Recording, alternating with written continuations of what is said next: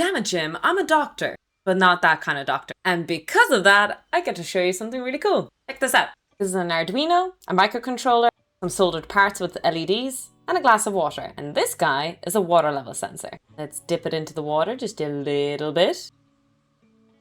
Let's go a little further. A little bit further in the middle, we have the yellow light. And let's go all the way down. Green light.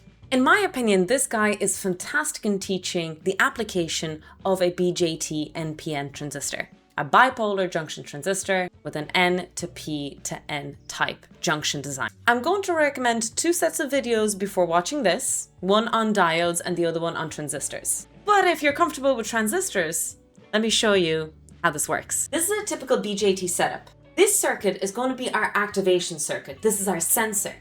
And this guy is going to be always on. It's the amplification aspect. Meaning, if we get a little tiny current here, we get a big current here. If this tiny current becomes a little bit bigger, this current gets bigger. If there's no current here, there's going to be no current here. We're not going to treat the setup in the saturation region, but rather focus on the sensor aspect. So small oomph equals big oomph here. Keep adding smaller oomphs in here, get bigger oomphs in here, if that analogy works. Now, before the water level sensor is actually immersed, you can see at the bottom it's an open circuit. There's no switch on, which means there's no small circuit on here. All the voltage is dropped across the transistor, but there is no current. However, the moment we immerse the water level sensor, suddenly we have a short. Water is imperfect. It has impurities in it, which means that it has small concentration of minerals that are conductive. So basically, our switch is closed with a very, very small current being supplied. The deeper the sensor goes into the water, the more the electrodes are exposed to water, which means they're exposed to more impurities, which allows for more current to flow. And so this guy increases further.